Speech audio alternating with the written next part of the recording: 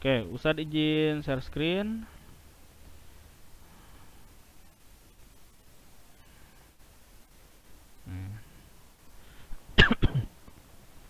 Mudah-mudahan terlihat ya.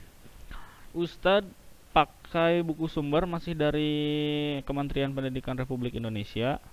Jadi bahasanya masih bahasa Indonesia, tidak mengambil yang masadur dari Finlandia atau Jerman. Jadi nanti kalau ada kalau bahasa Indonesianya agak banyak, itulah penjelasan tentang katrol ya. Kita sudah mempelajari di pesawat sederhana itu ada 3 jenis yang sudah kita pelajari. Yang pertama adalah pengungkit, ada tuas jenis 1, 2 dan 3. Kemudian ada proses perhitungannya. Seterusnya juga kita belajar tentang bidang miring dan proses perhitungannya. Dan yang terakhir kita belajar tentang katrol. Untuk katrol bahasanya tidak banyak. Ustadz juga membuat slide cuma 5 slide. Yang sorry bentar. Oke. Apa itu katrol? Nah, katrol itu adalah roda beralur. Jadi roda yang punya jalur, yang punya jalan. Alurnya itu dibuat boleh pakai tali atau rantai dan selalu ke alur tersebut gitu. Jadi bolak-baliknya di alur tersebut aja si talinya itu. Katrol juga digunakan mengangkat beban yang berat. Bisa digunakan untuk mengangkat beban yang berat atau memindahkan beban tadi ke tempat yang lebih tinggi. Dalam konteks di ilmu pengetahuan alam, katrol itu ada 3 jenis. Katrol tetap, katrol bebas, dan katrol majemuk.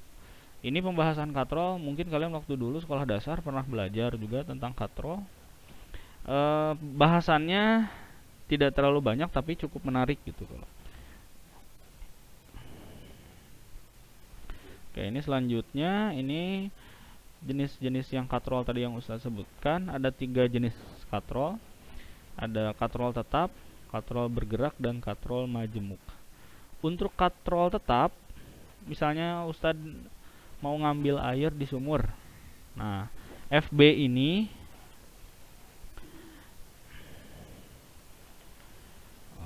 sebentar. FB ini adalah ember yang ngambil air di sumur. Maka tenaga Ustadz yang di sini, tenaga kita yang di sini ketika ngangkat beban ember yang berisi air itu sama dengan berat embernya. Contoh, misalnya berat embernya 10 Newton, maka dengan menggunakan katrol tetap kalian juga mengeluarkan tenaga, mengeluarkan kuasa itu 10 Newton gitu. Ustadz, kalau lebih kecil gaya kita daripada beban embernya gimana Ustadz? Embernya nggak akan naik. Ustadz, kalau beban kita gaya kita atau tenaga kita lebih besar daripada berat airnya gimana Ustadz? Bisa naik cepat, hanya airnya tumpah-tumpah, jadi nggak seimbang gitu ya. Itu untuk katrol tetap. Kemudian untuk katrol bergerak posisinya sama seperti ini. Katrol bergerak ini, nah, karena bergerak ke atas ke bawah gitu ya bergeraknya. Gaya yang kita keluarkan itu adalah setengah dari berat beban. Ini katrol bergerak ini jarang kita pakai sehari-hari. Kalau katrol tetap sering kita pakai sehari-hari. Selain menimba air di dalam sumur, katrol tetap juga contohnya adalah ketika petugas petugas pasukan bendera ya, ketika menarik bendera ke atas, itu gayanya pasti sama, berat bendera sama dengan tenaga yang kalian keluarkan. Sedangkan untuk katrol bergerak tidak bisa dipasangkan di tiang bendera karena dia bergerak-gerak, biasanya untuk beban yang berat. Ini biasanya dikonstruksi di pertambangan dan lain sebagainya gitu ya. Jadi berat bendanya, misalnya batunya 100 Newton, maka gaya yang kalian keluarkan hanya setengahnya, berarti 50 Newton gitu. Itu untuk katrol bergerak. Sedangkan untuk katrol majemuk ini adalah percampuran dari katrol tetap dan katrol bergerak. Jadi di dalamnya ada yang tetapnya. Ini adalah contoh katrol tetap. Sama kayak yang ini ya. Sedangkan yang ini di bawah yang bolak-balik ke atas ikut sama bebannya, ini adalah katrol bergerak. Maka dinamakan katrol majemuk itu adalah gabungan dari katrol tetap dan katrol majemuk. Ini pun sama. Keuntungan mekanis yang kita dapatkan adalah setengahnya dari berat benda tersebut.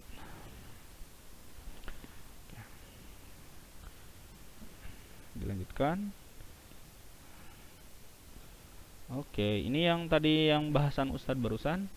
Silahkan nanti dibaca saja. Ustadz simpulkan sekali lagi bahwa untuk keuntungan mekanik katrol tetap itu sama dengan 1. Artinya sama dengan 1 itu apa yang kalian keluarkan ya, sama dengan 1. Besar gaya yang kalian keluarkan itu akan sama dengan berat benda yang akan kalian angkat.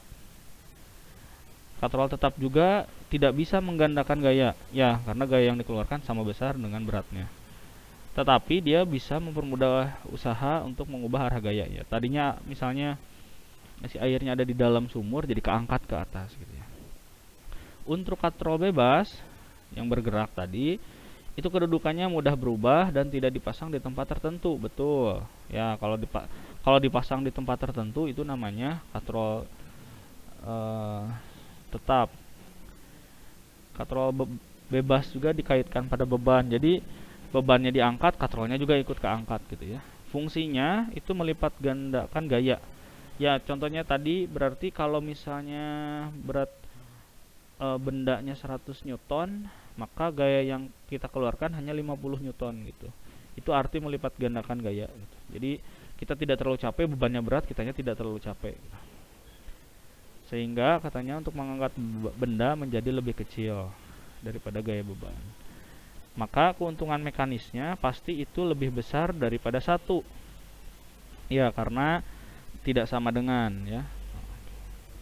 Dilanjutkan juga sama, katrol majemuk juga gabungan dari katrol tetap dan katrol bebas. Oke. Slide selanjutnya.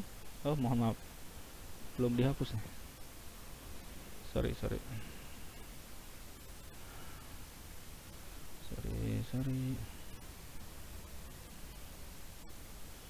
Bentar.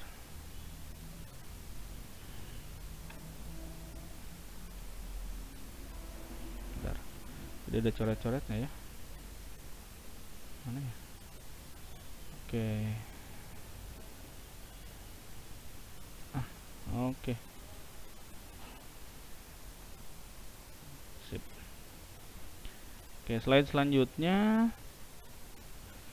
itu ada yang harus kalian kerjakan atau kalian isi. Berangkat dari tadi catatan-catatan tadi yang Ustaz sampaikan, ini nomor 1 jenis katrolnya katrol apa gitu. Keuntungan mekanisnya gimana? Ini bisa kalian dapatkan di slide sebelumnya. Nah, dari sini ya.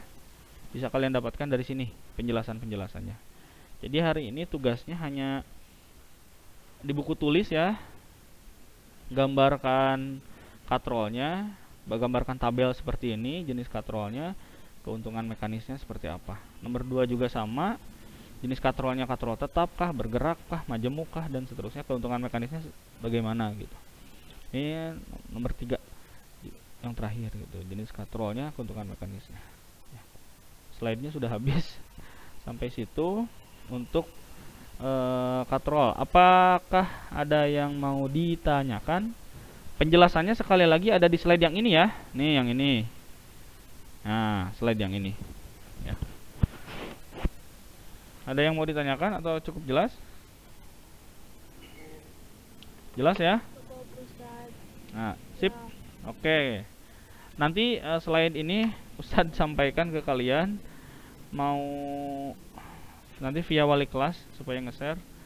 Tugasnya Ustadz tunggu sampai dengan jam 4 sore ya. Kalau ada yang lebih dari jam 4 sore juga boleh sih, hanya nilainya agak berbeda mungkin ya. Terima kasih. Ustadz absen dulu sekedap.